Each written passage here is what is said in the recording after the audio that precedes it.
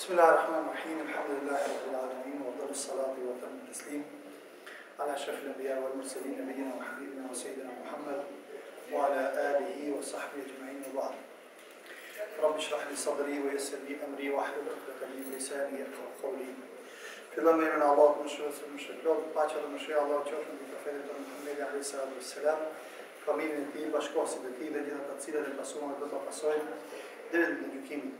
Vazhdojmë me temën e dytë në lidhje me surën Maide. Siç kemi thënë, kemi të bëjmë me disa mësime në këtë sure, të cilat na afrojnë ne tek boshti i këtyre sureve. Përndryshe, tefsirin apo komentin e surës ajet për ajeti, i lutem Allahut të mëdhëshëm na mundsoj se më thamë në të ardhme jo shumë kartë. Sura Maide vazhdon me një dy ngjarje, apo si më thënë dy nga çështjet me fjalë që tërheqin vëmendjen fuqishëm tek sura Maide, në vazhdim me fjalë janë dy ngjarje shumë të rëndësishme, por që kurojnë një dy smundje shumë të rrezikshme. Smundja e parë që kurojnë këto dy ngjarje ka të lidhje me mosnjohjen e realitetit të vetes. Që futet menduar se ftesa e Musait a.s. është e nderuar sepse ata janë pasuesit e ftesës Musait. Pra nuk menduan të kundërtën. Nuk menduan se dhe nuk besuan se ata janë të nderuar që janë pasues të ftesës së Musait, të misionit të Musait, ato menduan të kundërtën. Se Musai duhet ta ketë për nder dhe ftesa e tij dhe misioni i tij që këta janë pasues dhe përkrahës të fesë Allahut më mëdhshëm. Smundja e dytë është mospranimi i realitetit vetes. Dhe të dyja janë shumë të rrezikshme si smundje. Pra smundja e parë ka të lidhje me mosnjohjen e realitetit dhe kush je në të vërtetë, realitet kush je, kurse e dyta, që është akoma më e rrezikshme, ta njohësh realitetin tënd, por të mos kesh energji, të mos jesh i aftë në veten tënde për ta pranuar realitetin e vetes. Dhe kjo smundje, Zot na ruaj do të na çojë ne me fjalë siç tregon edhe historia e dytë, e çon njeriu në, si më thënë, në shkatrim. E çon në dëm jashtëzakonisht të mëdha tek vetja e tij dhe tek të tjerë. Musa a.s. e fillon, si më thënë, apelin e tij apo thirrjen e popullit të tij për të hyrë në Quds, Palestinë, duke u kujtuar atyre mirësinë e Allahut më mëdhshëm. Historia e parë ka të lidhje me dialogun që bëri Musa a.s. me Benu Israilit, pra që futën me idhtarët e tij, me pasuesit e tij për të futur në Palestinë, në Quds. Qudsi ishte i pushtuar.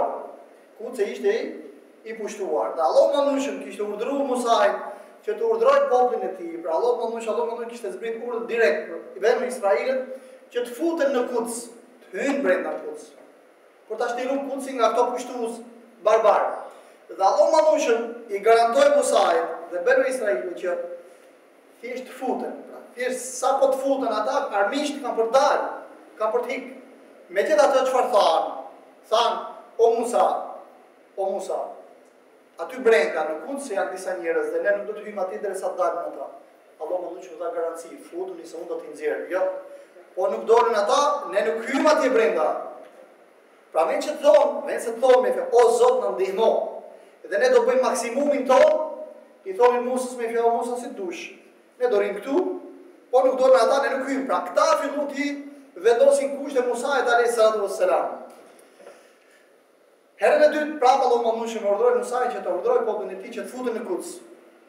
Dhe në fund ishte kulmi, arriti kulmi me fjalë refuzimi i tyre dhe i tha Musait a.s. O Musa, shko ti me Zotin tënd dhe lufto, kurse ne do të rim këtu.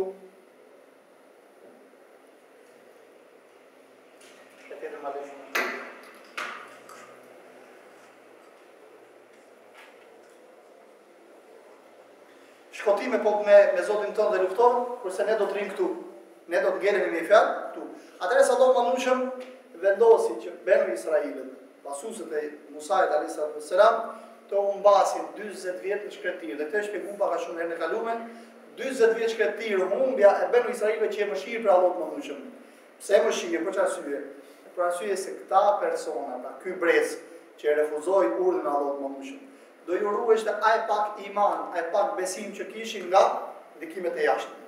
Dhe do vdisnin atje në shkretir besimtarë. Ma që besim sa kishin.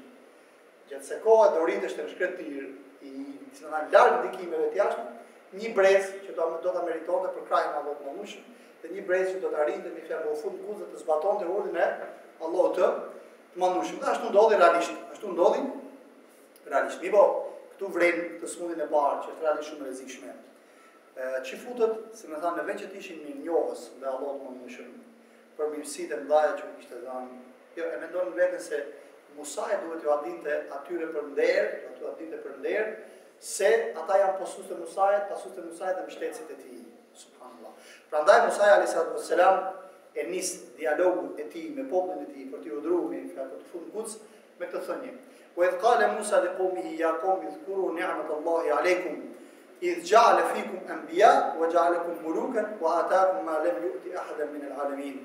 Dhe kur Musa alayhi salam i tha popullit të tij, o popullim, kujtoni mirësitë të Allahut të Mëdhenj mbi ju, kur ai ju bëri juve, kur mesin tuaj me fjalë nxori profet, ka dërguar me fjalë me qindra madje me mira profet, ka dërguar Allahu Mëdhenj tek xifutët tek Benu Israilin. Tek arabët kanë dalë me fjalë profet, por amenonim. Kurse tek Benu Israilin me fjalë profet me mira. Dhe kjo është një mirësi shumë e madhe, është nderim shumë i madh nga që i ka bërë Allahu Mëdhenj Benu Israilin. Wa ja'alakum mulukan, dhe prej jush ka bërë shumë mbretër. Disa dietarë, me të thënien të Allahut Mëdhenj, dhe prej jush ka bërë shumë mbretër, ka parasysh diçka. Nuk ka parasysh me vetë të qenë vetëm mbret në aspektin politik, në aspektin sundimi, por ka parasysh hadithin e pejgamberit alayhis salam, për atë kuptim që përfshin hadithin e pejgamberit sallallahu alajhi wasallam, ai i cili gdhihet në mëngjes i qet tek familja e tij, me shëndet është mirë dhe ka ushqimin e ditës së tij, pra ka jetën e tij, jetesën e tij, të ditës garantuar, ai është gdhim mbreti i gjithë dynjës, pasi ku ka gjithë dynjën në dorë. Gjatë se kohë që Allahu Mëdhenj dërgonte profet tek Benu Israilit, kishte edhe mirëqenie materiale, kishte edhe qetësi, kishte edhe rend, jeta më ishte e gëzueshme dhe lumtur. Të gjithë këto me fjalë ata nuk e pranuan. Pra refuzuan e shkelën me kam. Dhe realisht me fjalë, momenti ai kur ndodhen pas e pesha e detyrave me të cilat na kanë kërkuar Allahu Mëdhenj, nuk mund të krahasohet me peshën e mirësive pafund që na ka dhënë Allahu Mëdhenj. Dhe këtë mision me ka një nga mesazhet që përcjell ky Kur'ani është ky. Allahu Mëdhenj drejtohet Musait alayhis salam, drejtohet popullit të Benu Israilit, në Benu Musai, që këtë urdhë që u ka dhënë Allahu Mëdhenj. Nëse ju duket ju shumë i rëndë, kujtoni ato mirësitë e pafundme që u ka dhënë Allahu Mëdhenj. Dhe s'mund të krahasohet. Dhe të gjithë dim atë hadith e pejgamberit alayhis salam ku tregon historinë atij një nga adhuruesve të mëdhenj të popullit të përpashëm, i cili kishte adhuruar Allahun Mëdhenj gjatë gjithë jetës së tij. Dhe momenti kur ndroi jetë dhe e morën me lajket për të bërë llogari, e pyeti Allahu Mëdhenj do të hyjë në xhennet me punën e tij apo me mëshirën time. Thotë jo, do të hyjë në xhennet me punën e mia, se jam lodh gjithë jetën time kam bërë në adhurim. Allahu Mëdhenj i mori vetëm njërin sy, dhe vendosi në njërin anë të peshorës, i mori të gjitha punët e tij të mira dhe i vendosi në anën tjetër të peshorës. Vetëm njëri sy që më i rënd me fjalë sa gjithë punët e tij. Atëherë, për çfarë janë këto obligime që na ka zbritur Allahu Mëdhenj? Për të realizuar dy gjëra. Gjëja e parë, për të realizuar bindjen tonë ndaj Allahut Mëdhenj, bindjen tonë, sepse Islam do të thotë me fjalë shtrim ndaj Zotit. Edhe robi ka ardhur faqëdhëll për ta organizuar jetën faqëdhëll sipas urdhit të Allahut Mëdhenj dhe në shenjë bindjen ndaj tij. Pra duke u bindur Allahut Mëdhenj në urdhat dhe ndalesat e tij. Dhe urdhat edhe e dyta është me fjalë për ta përdorur Allahut Mëdhenj si sebeb dhe si shkak për ta futur robën e tij në xhennet. Thelbi i adhurimit kush është? Është bindja. Mi po krahasohet i mirësitë Allahut Mëdhenj që ti zbret ditë për ditë natë për natë. Vetëm zemra pompote në ditë 23.000 herë. Fali mushkrit pompojnë ajër në ditë 23.000 herë. Mi po imagjino këto reduktoje për gjysmë. Imagjino se sa vështirë do të gjendë njeriu në frymëmarrjen e tij. Subhanallah. Imagjino kur të ulet tensioni apo të ngrihet tensioni i zemrës. Prishet pa balanci. Destabilizohet krejt trupi. Subhanallah. Po çfarë? 23 për 2000 vjet sa i bie. 1.75. Subhanallah. Për rrahjet e zemrës dhe për pompimin e mushkëllit. Po mirësitë të tjera që na rastin Allahu Mëdhenj. Atëherë adhurimet që ne ja dedikojmë Allahut Mëdhenj janë thjesht sebebe. dhe janë thjesht kaq me fjalë, për të futur në xhenetin e Allahut. Përndryshe thotë pejgamberi alayhis salam, as kërkush nuk do të futet në xhenetin e Zotit vetëm se me mëshirën e tij. I tha në profeti Allahut mëndueshëm, edhe ti, tha edhe unë nuk futem në xhenetin e Allahut mëndueshëm vetëm se me mëshirën e tij. Vetëm nëse më përfshin Allahu mëndueshëm me mëshirën e tij do të futem në xhenet. Musa, njëkohësisht me fjalë i kujton popullit të tij me këtë jetë kuranor falënderimin. Falënderimi. Mos falënderimi i mirësive të Allahut mëndueshëm shpesh e bën njeriu, si më thanë, duke e ndjejë vetë njeriu si meritori i mirësive të Allahut mëndueshëm, kjo e çon edhe në mos falënderim të Allahut mëndueshëm. Subhanallah. Në momentin që ti mendon se Zoti ta ka borx mirësinë e vet, zbritet me fjalë marrëdhënie me njerëzit. Në momentin që ti mendon se filani po ta bën një nder dhe ai ka për detyrë me ta bëj, haron edhe falënderimin. Jo, falëndero. Falëndero. Pra ne me një nga ibadetet më të mëdha në Islam është falënderimi, siç thotë edhe Imam Ahmedi. Imam Ahmedi thotë e gjithë jeta është falënderim. Shukr. Pse? Sepse kemi mirësi pa fund për cilat duhet me falënderoj Zotin. Mi po edhe falënderimi në vetvete është mirësi e cila kërkon falënderim. E cila kërkon falënderim. Pra në momentin e parë që njeriu hedh hapin e tij drejt mendimit se Zoti ja ka për detyrë mirësitë e tij, ai haron falënderimin. Haron falënderimin. Pra ne pejgamberi sa se më zbritet, duke zbrit çështën e marrëdhënieve me njerëzit. Kush nuk falënderon njerëzit nuk ka falëndëruar Allahun më shumë. Se kundër ai që ka zakon, pra ai që vazhdimisht falënderon Zotin, edhe njerëzit i falënderojnë kollaj.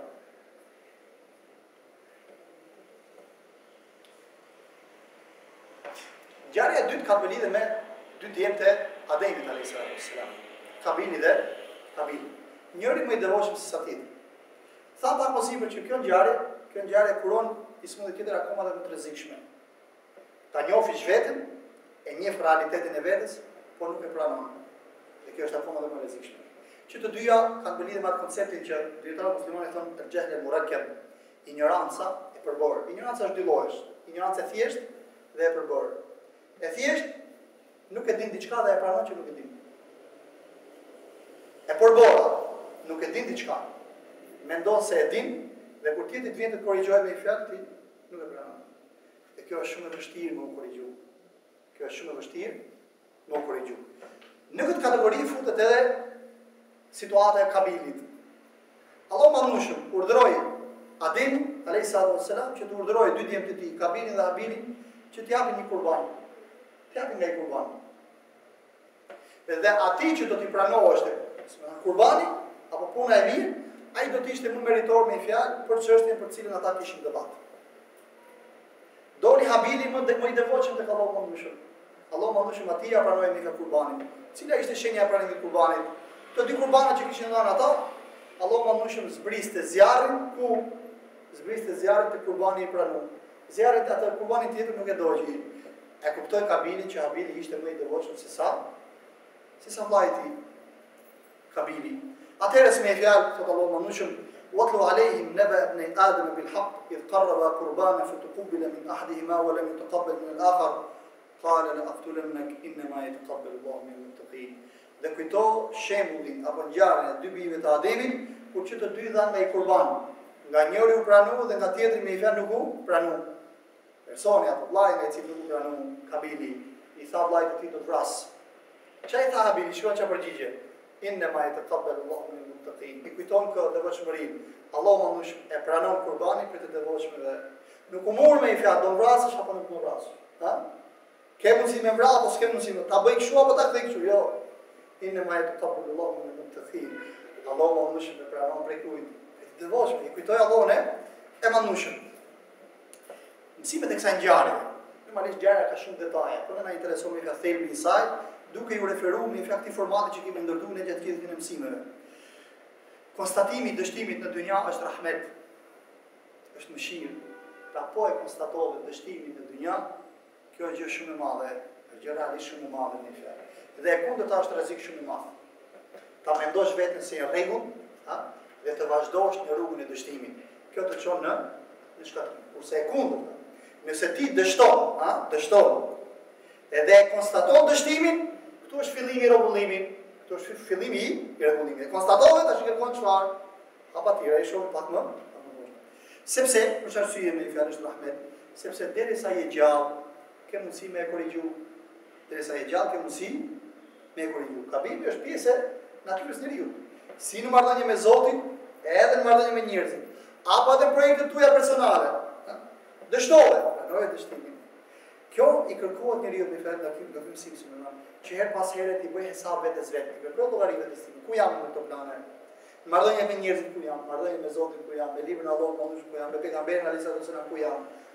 Sepse shpesh herë e merr nati njeriu, i nati e merr njeriu edhe i duhet të shkruash rregull. Po edhe në momentin që konstaton me vetë për rregull, e vazhdon me fjalë atë një nga tendencat më të rrezikshme që i karakterizon njeriu është mbulimi i dështimit të vet duke sulmuar të tjerët. Zot na ruaj. Kështu bëri edhe Kabili. E pa me fjalë që ishte i dështuar, marrëdhëniet me Zotin deri tash ishte i dështuar. Apo në këtë ibadet me fjalë, këtë kurban që dha, ishte i dështuar. Dhe në vend që ta pranoi, edhe ti bëj toba Allahut mëndueshëm, ti bëj pendim, ti pendohet Allahut mëndueshëm. Çfarë bëri? U mundu të mbuloj dështimin e vet duke vrarë vllajën e tij. Edhe kjo është si pasojë kujt? Si pasojë e mos pranimit të realitetit. Por e zotim, ti kyje. Mirë apo keq. Dhe fillimi i rregullimit kur fillon me vjen, kur vjen moment që ti e pranon veten tënde. Ky jam. Këtu jam rregull dhe këtu jam keq. Të mirën e konsolidoj dhe të keqen e rregulloj. Nuk ka mundësi me rregullu tani. E rregulloj më vonë. Nuk ka mundësi me rregullu në mënyrë të drejtë për drejtë. Mënyrë të thonasi. Po gjithsesi, konstatimi është diçka shumë mirë. Mënyra e vetme për të shpëtuar nga kthetrat e dështimit kush është? Gjëja e parë, pranimi i realitetit vetes. Pra do më shtu nga dështimi, nga situata ku je, pranoj realitetin e vetes. Ky jam. Këtu nuk jam rregull. Hapi i parë. Hapi i dytë, nëse është marrëdhënie me Zotin, bëj tobe, pendim. Nëse është marrëdhënie me njerëzit, po i falje dhe ktheja hakun nëse ai ta kërkon. Nëse është marrëdhënie me projektet tuaja, pranoj. Me vetën tënde puno, pranoj, kam dështuar. Dhe eri filloj me një herë, thuhet për një nga shkencëtarët, ato që shpikullamba. Kishte bërë 1000 prova, Edison, kishte bërë 1000 prova. Të 1000 të dështuar.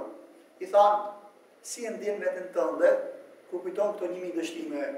Tha 1000 dështime, unë s'kam dështuar. Po si, tha 1000 prova dhe e jota, unë kam zbuluar 1000 rrugë që nuk të çojnë tek e vërteta.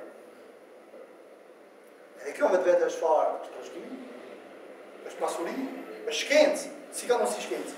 Sa i shërben, sot, deri në ditët tona dhe deri në ditën e Kiametit, sa i ka për të shërby, pra sa i ka shërby, sa i shërben dhe sa ka për të shërby, dështimi i Ademit alayhis salam, apo gabimi i Ademit dhe i Havas në xhennet, subhanallahu.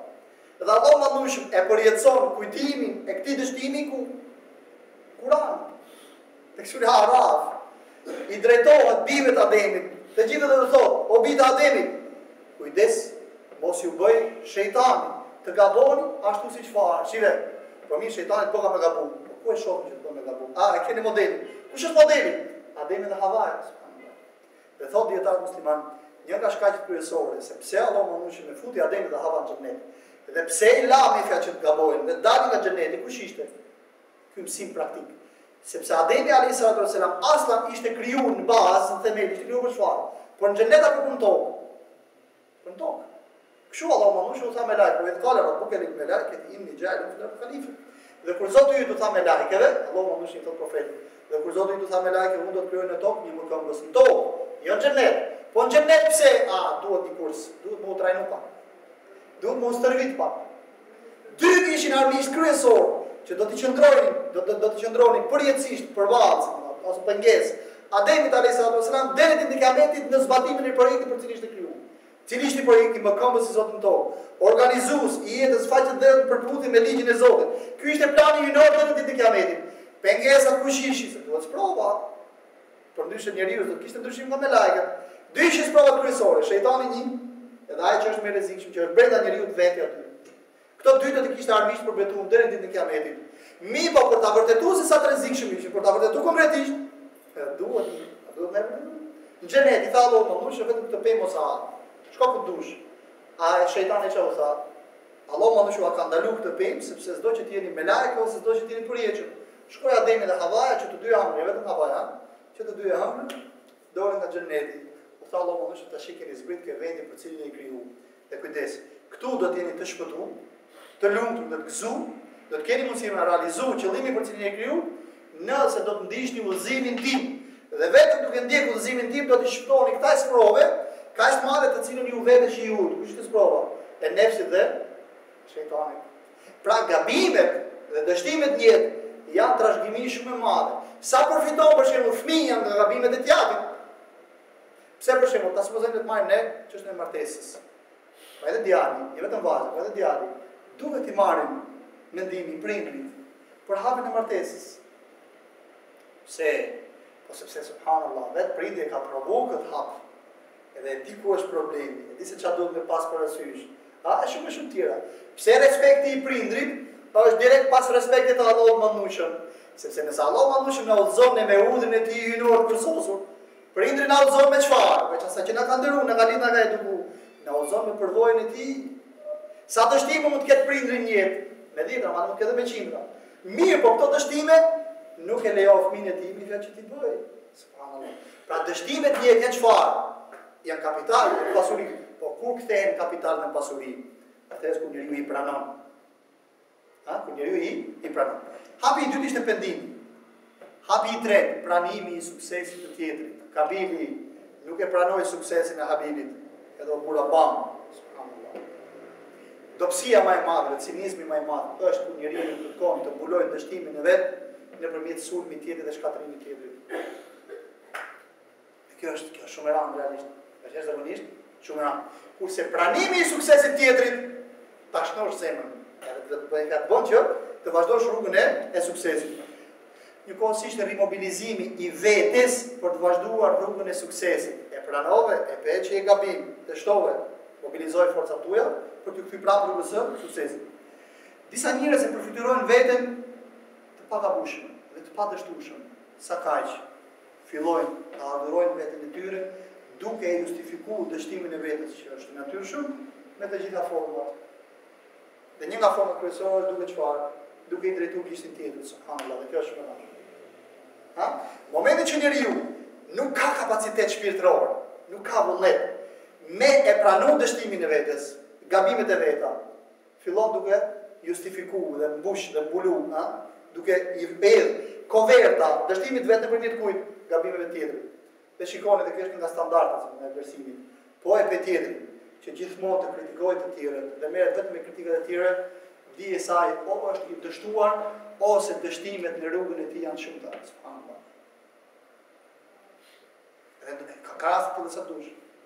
Merret vetëm me përmendjen e dështimeve të tjerë, përmend ti zoti çfarë vet. Ti a ke na arriti? A ke na realizim? Ke bëu diçka, ke na projekt që e ke realizuar? Subhanallahu.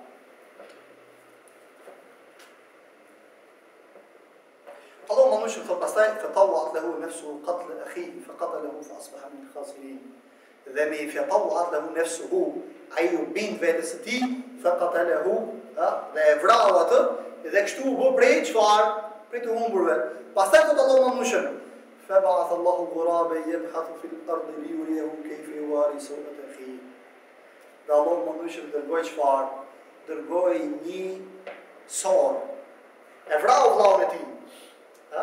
E konstatoj, pra deri tu treguj zgjut. E konstatoj që ai ishte i dështuar dhe vllai i tij më çfarë? Më i suksesshëm. Deri këtu në rregull. Mirë, po njeriu kur nuk merret me veten e tij dhe merret gjithmonë me tjetrin dhe kërkon të mbulojë bashkëllëkun e vet, dështimin e vet me eliminimin e tjetrit, kalon në nivelin e kujt? E idiotit, e ignorantit, e hutaqit. Dhe mundohet me fjata mbushi bashkëllëkun e tij me të keqen e tjetrit. Atëherë ky e vrau, din pyetja po tash. Dhe këtu më kjo tregon për dritë shkurtësim, tani bëhet dritë shkurt. Bëhet dritë shkurt. E vrau, po çfarë më i bë? E morin krah, si të ka shkoj. E vrau, okay, ose jam i gjatë në kamp. Du me flet në një pemë, ose futem në shpellë. Po kur vdes, çfarë më bëj? Ishte ngjarje e parë faqet dheu. Allah më nëshëm dërgoj çfarë? Dërgoj një sor. Dërgoj një sor, e cila vrau një sor tjetër, hapi një grop edhe e futi në një fjalë, sorën që kishte vrarë. Këtu me një fjalë thot Kabili. Qale ya waylata a'jaztu an akuna mithla hadha al-ghurab fa uwari sawata akhi fa asbaha min an-nadimin. O i miriun, a ka që i paft jam? Më i paft se sa njësor, që unë të di me këtë të kuptoj se ku ta qoj vllahun tim, dhe këtu me një herë u bë prej çfarë, prej penduarve. Dhe me vërtet njeriu kur bën një të keqe, me një herë pendohet. Veçarisht kur ka të bëjë lidhje me gjakun e tjetrit, me pasurinë e tjetrit, me nderin e tjetrit. Dhe sa më i madh të gabimi, aq më i madh është pendimi dhe aq më i shpejt. Momentin që njeriu i bindet vetes vet, ghadabit të tij, zemrimit të tij, e bën të keqen, momentin që e kryen me një herë, si më thanë, pendohet. Po li pyetja, a bën dobi ky pendimi dashuri? Thot pejgamberi alayhis salam për çdo ngjarje, për çdo vrasje që ndodh në faqen e dheut, nga një gjunaf i shkon kabilit, sepse ai shkaktoi vrasjen e parë, ti pyetja, po mirë kjo është vrasja e parë, ç'lidhje ka me ne, ndërkohë që e mund vrasim, zot na ruaj. Po nuk është vrasja e parë. Jo, nëpërmjet kësaj ngjarje për cilët një mesazh tjetër shumë i rëndësishëm, që ti zot na ruaj mund të bësh ndonjë të keqe, që s'e ka bërë ndokush ndonjëherë, e që mund të bësh se bim që kjo e keqe të zbatohet deri në kiametin e vjesë nga gjunafi, ti më i fetër në kiametin. Pra njeriu, si thënë, nga erdhi gjitha kjo, nga mos pranimi i realitetit vetes. Pra me të pejgamberi sallallahu alaihi wasallam, rahimallahu ra'an arafa qadra nafsihi, Zoti mëshiroj një person që e njeh vlerën e vetes, e din mi fes ku është. Pra e pas herë këtë vetes vet dhe e person. Pra një nga mesazhet që përcjell kjo ngjarje është se vetja nuk mund të ndërtohet duke shembur tjetrin. Në momentin që kërkon të ndërtosh veten duke shembur tjetrin, ti nuk bën gjë tjetër përveç se shemb veten tënde. Njeri Zoti dhe aftë është ai që shfrytëzon gjitha energjitë e tij për ngritjen, forcimin dhe konsolidimin e vetes dhe jo nëpërmjet armiqësisë me fjalë ndaj tjetrit. Pra do me e pa se sa i Zoti dhe sa i aftë je dhe sa i suksesshëm je, shifi se sa i shfrytëzon energjitë tuaja pozitive, po edhe ato negative, edhe zemrimin, edhe urrejtjen, çdo gjithë ato që i ke brenda teje, sa i shfrytëzon për të ndërtuar veten tënde dhe jo për të shkatruar me fjalë tjetrit, sepse po u futen betimet tjetrit për ta shkatruar, nuk bën gjë tjetër përveç se shkatron me vetën tënde. Këtë ngjarje Allahu Manushëm e pason, si më thon, me një konkluzion thelbësor për të gjithë ekzistencën. Thot Allahu Manushëm, pothuajse në fund se ngjarje, men qatala nafsan bi ghayri nafsin aw fasadin fi al-ardi fa kana ma qatala an-nas jami'an wa man ahyaha fa kana ma ahya an-nas jami'an. Dhe ai i cili vret një nefs, e pa të drejtë, vret një njerëz, e pa të drejtë, apo pa vrarë dikë tjetër. Personi i vrarë nuk ka vrarë dikë, pra pa drejt, ai merr gjunaf sikur me vrarë gjithë njerëzimin. Pra ngarkohet sikur me vrarë gjithë njerëzimin. Dhe ai i cili e shpëton një jetë, merr sevap sikur me shpëtuar një fat të gjithë njerëzimin. Pra fusha kryesore ku njeriu mund të shfrytëzojë në gjithë të tij është ruajtja e jetës njerëzore. Është ruajtja e vetë njeriu, po shikoni Kur'an, Kur'ani ka dy qendra. Është përshkrimi i Allahut në cilësive të tij, dhe qendra e dytë, normalisht jo në të nivel me Allahun e Manushëm, sepse Allahu është krijuesi i krijesave, qendra e dytë me fjalë është njeriu. Edhe ndryshe mund të themi që i gjithë Kur'ani nuk bën gjë tjetër përveç se përshkruan mënyrën e ndërtimit të marrëdhënieve mes krijesës dhe krijuesit. Pra njeriu me fjalë konsiderohet nga epiqendrat e Kur'anit. Kjo tregon njëkohësisht për vlerën e madhe të jetës njerëzore tek Allahu i Manushëm, dhe jeta njerëzore është një nga objektivat suprem të shariatit islam. Për hir të këtij objektivi, ka të rëndësishëm pra rrugës së jetës njerëzore, Allahu Manushëm ka për ligj, ka legjitimum në Kur'an, ligje të rrepta për ata që prishin jetën njerëzore, për ata që shkaktojnë me fjalë stabilitet në jetën njerëzore, për ata që prishin në rendin e njerëzve etj me radhë. Kurse Allahu Manushëm përsa për këtë mbyllje si këtij grupa jetësh, e mbyll këtë grupa jetësh me një porosi shumë të rëndësishme dhe shumë të bukur. Ajo që e bëri Benu Israilit, pra i mbyll të dy të ngjarje. Ajo që i bëri Benu Israilit të mos futen në Kuds, për të shliruar Kudsin, edhe të refuzojnë të ngrenë krye ndaj urdhit të Allahut Manushëm. Dhe ajo që e bëri Kabilit të vrasë vllajën e tij Habilin, mungesa e devotshmërisë. Njëkohësisht edhe vetëpëlqimi. Benu Israilit, për shkak të profetëve të shumë që dërgonte Allahu Manushëm, në moment saktë çfarë ndodhi? U hypi vetë në qef, u vetëpëlqim. Njeriu lidhe me devotshmërinë, ku i voket e vetëm. Ndodh që në moment saktë njeriu ta ndjej veten shumë mirë, dhe pikërisht këtu fillon rreziku. Pse fillon ka rreziku në momentin që ti e ndje veten shumë mirë në aspektin e devotshmërisë? Pra në aspektin e marrëdhënieve me Zotin. Pikërisht, sepse mund atë moment, nëse nuk e vazhdon përpjekjen tënde në rrugën tënde të Allahut mëndueshëm, dhe vetë kënaqesh, këtu fillon shkatrimi. Çu ndodhe me Banu Israilin. Duke papi fjalë që Allahu mëndueshëm her pas here dërgonte tek ta profet menduan çfarë? Që Zoti ua ka për borxh, Zoti më fal. Edhe Kabili, këtë gjë bori. Sa me fjalë si ka mos i unë me fjalë. Mua mos më pranohet se më ka kurbani. Dhe kjo një kohësi që një lloj kryengritje ndaj Allahut të mëndueshëm. Prandaj thotë Allahu mëndueshëm: "Ya ayyuhalladhina amanu taqullaha wabtaghu ilayhi alwasilata wajahidu fi sabilihi la'allakum tuflihun." O ju që keni besuar, keni frikë Allahut të mëndueshëm. Ittaqullah. Jeni të devotshëm dhe korrekt me Allahun të mëndueshëm. Wabtaghu ilayhi alwasila. Wabtaghu ilayhi alwasila. Vazhdoni rrugën tuaj drejt Allahut të mëndueshëm me punë të mira. Alwasila ka fjalën çfarë? Al-amal as-salih. Punë e mirë. Pra këtu është përmend devotshmëria një kohësisht Allahu mëndueshëm thotë, përpiqeni në rrugën tuaj drejt Zotit me punë të mirë.